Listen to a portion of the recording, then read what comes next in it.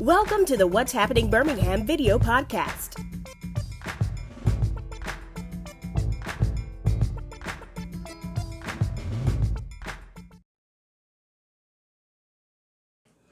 Hello everyone, this is Jarvis Escott. What's happening in Birmingham today? I am with the ladies of Royalty Tax LLC.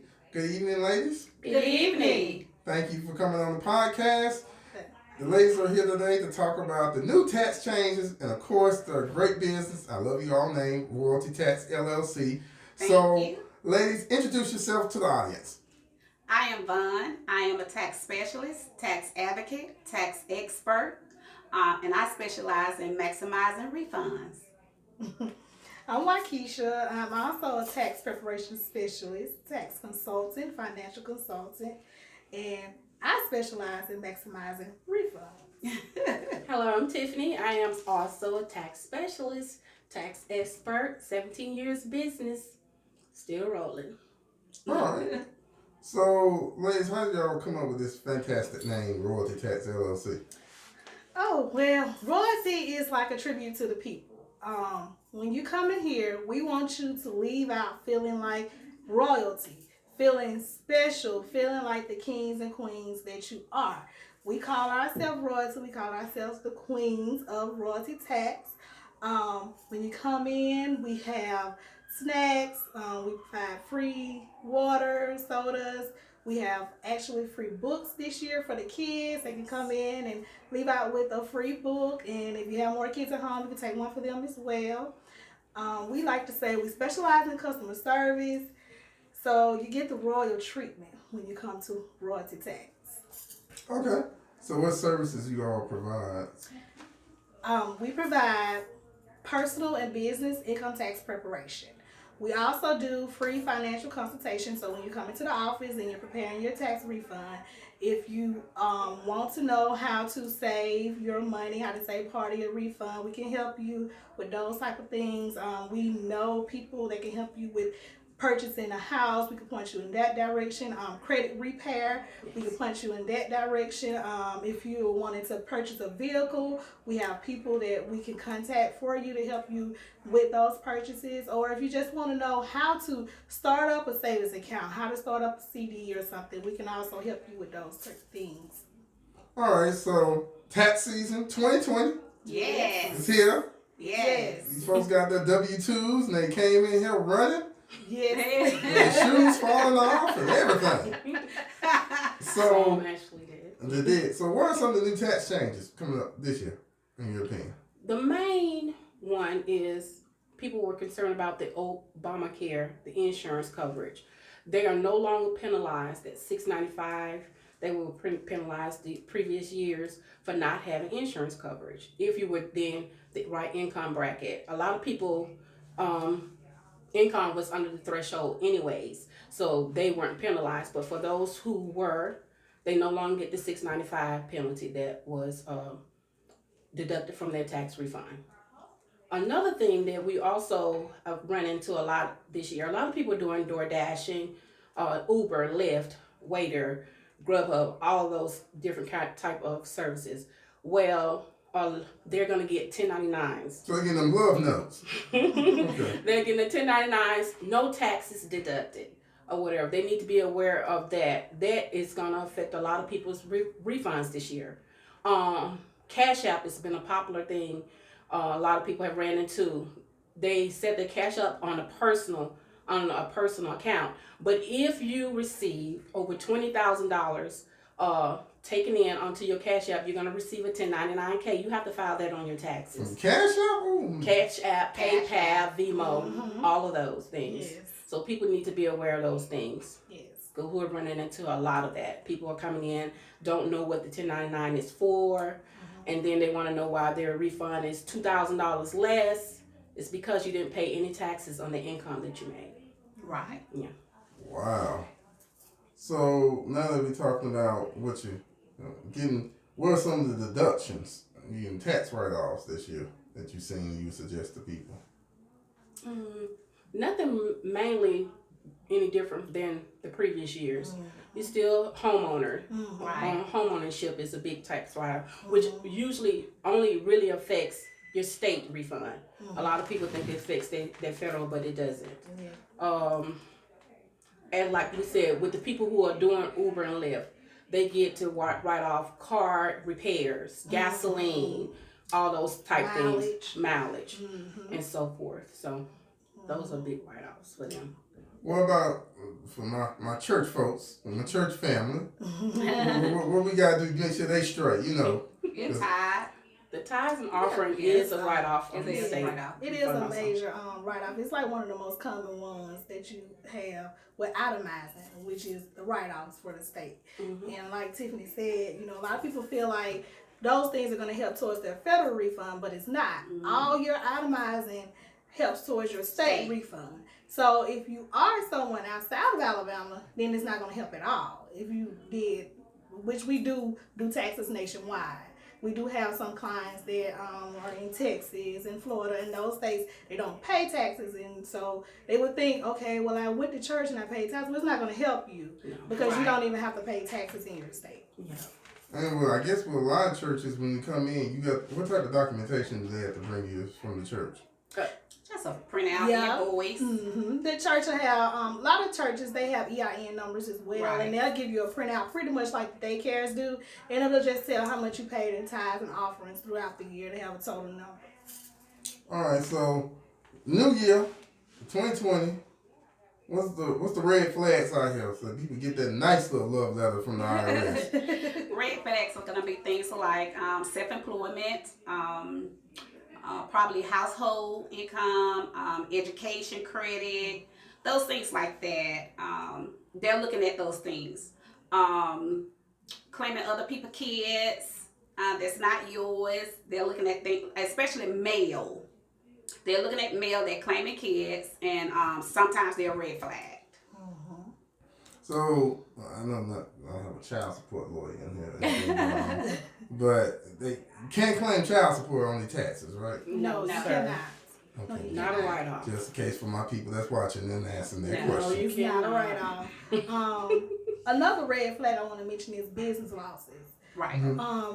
When you have a significant business loss, like a lot of new businesses, they lose money within the first 3 years. You're able to claim those business losses for 3 years. After that, the IRS says it's no longer a business, it's a hobby. That's what they say. But when you have significant business losses, which are business losses over $10,000 or $10,000 above, the IRS sometimes tends to audit those losses. They want to know exactly, you have to send your information in your receipts of sales and your gross, what you receive coming in. Another thing that I've seen too is sometimes the federal accept those losses and the state will come back and audit you on those. And so you have to send in to the state of Alabama what all you did, all your receipts and your sales coming in. And what about this, one of my, I'm going to say, let's just say this deduction. Entertainment expense. Oh. Taking folks out to Red Lobster and Roof Chris and As long as the receipt shows there were 2 or more people present, you can write that off, and if you have the receipt. Right. You can't go out on town by yourself and treat yourself and say, oh, okay, well, I can write this off. No, it has to show 2 or more people present. So 2 or more entrees or more. That's interesting. Okay. Yeah. It is. Yeah. So if you have like a big company party and you go out, the business owner goes out and buys lunch, then okay, you can write it off. But if you just want to go to lunch for yourself, No write off. Ooh. A lot of y'all thinking about that right now. What advice would you give the business owners, especially business owners that deal with a lot of cash? And I'm throwing names out for a minute. It's, barbers, hairstylists, entertainers, preachers. What tips would you give them to kind of better record keeping, or the ones you all deal with? Organization, I always tell everybody, is the best way to make sure you keep everything organized. Great bookkeeping, keeping receipts. You don't have to keep them organized per se. Put them in a designated area.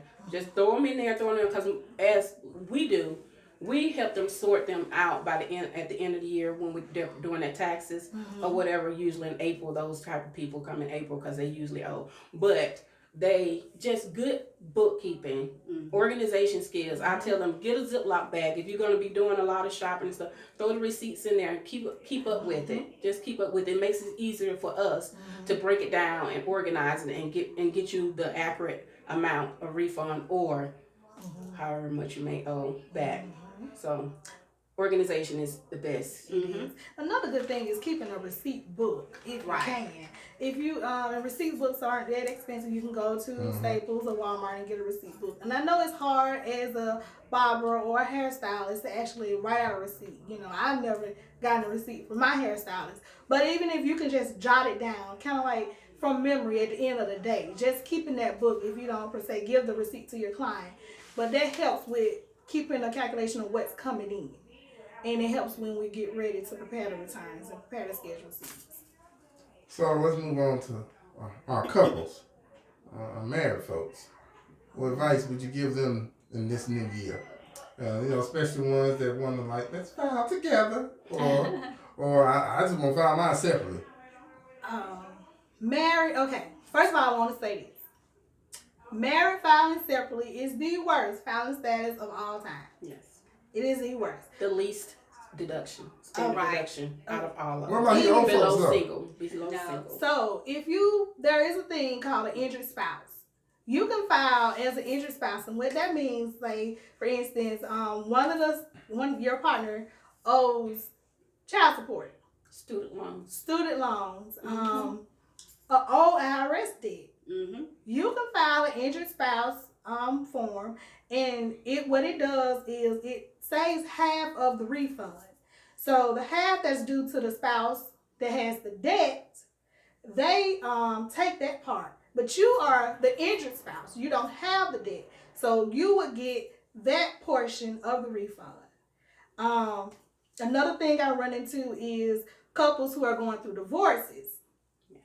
If you're going through a divorce, it's kind of a sticky situation because then you have to go through to look at the residency. A lot of people say, well, okay, we live together part of the year. If you live together 6 months or more out of the year, then by law, you're supposed to file together.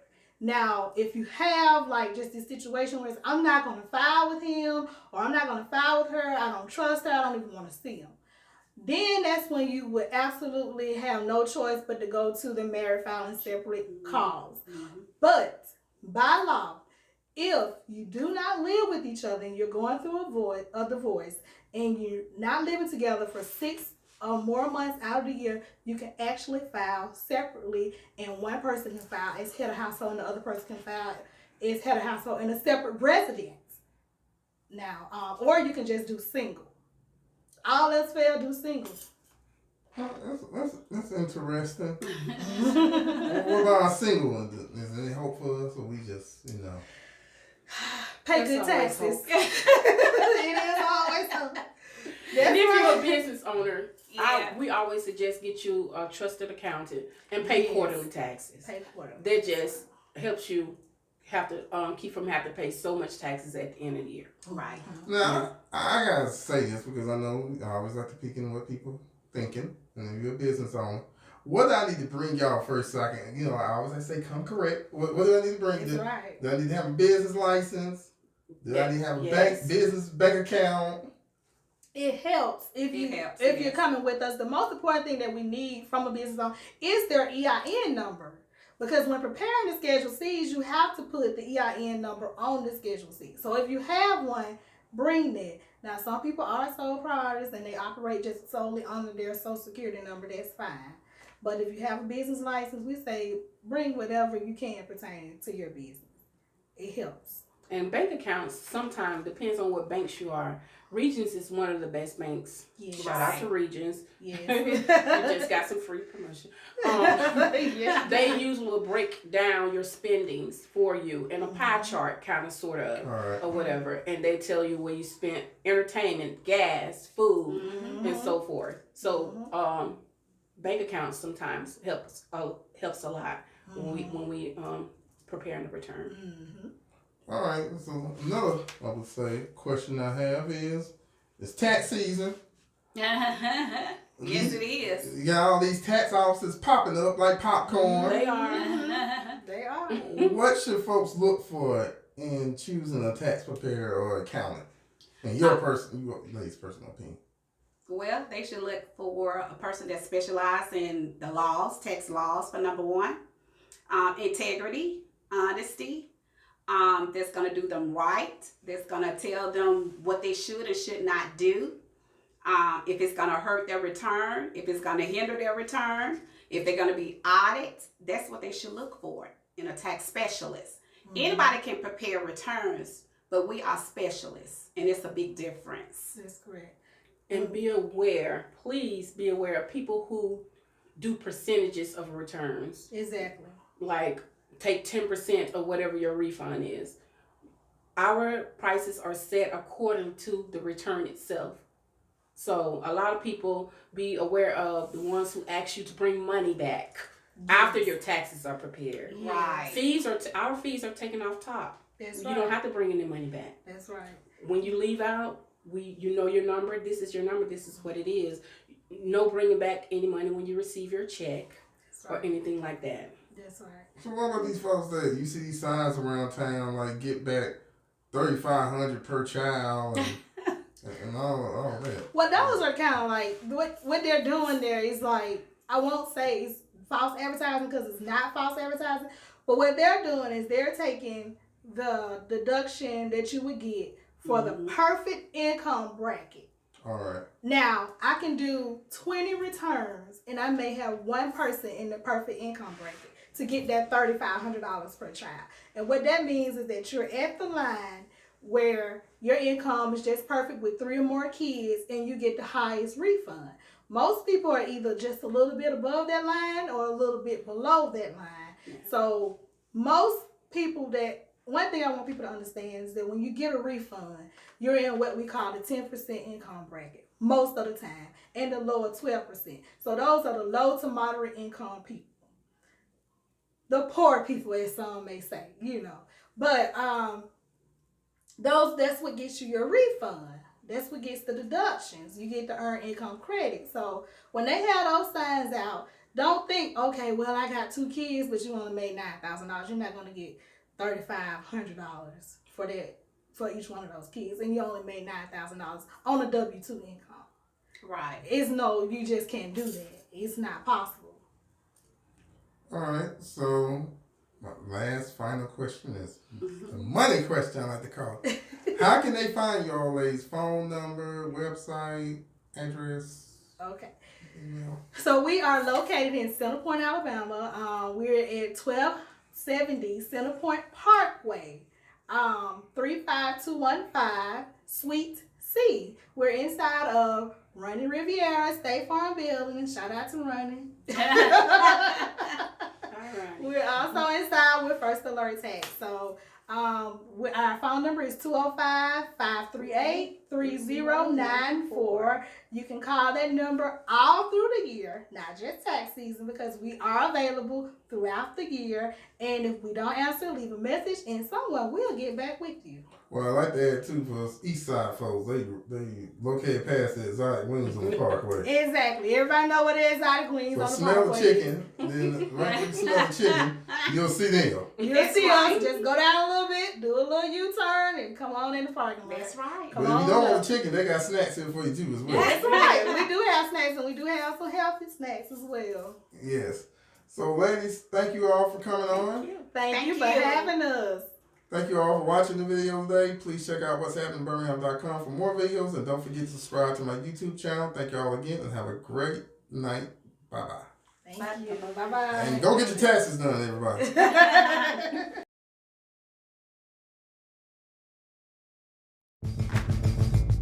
Thank you for watching the What's Happening Birmingham video podcast. Please check out our website or subscribe to our YouTube channel for the latest videos today.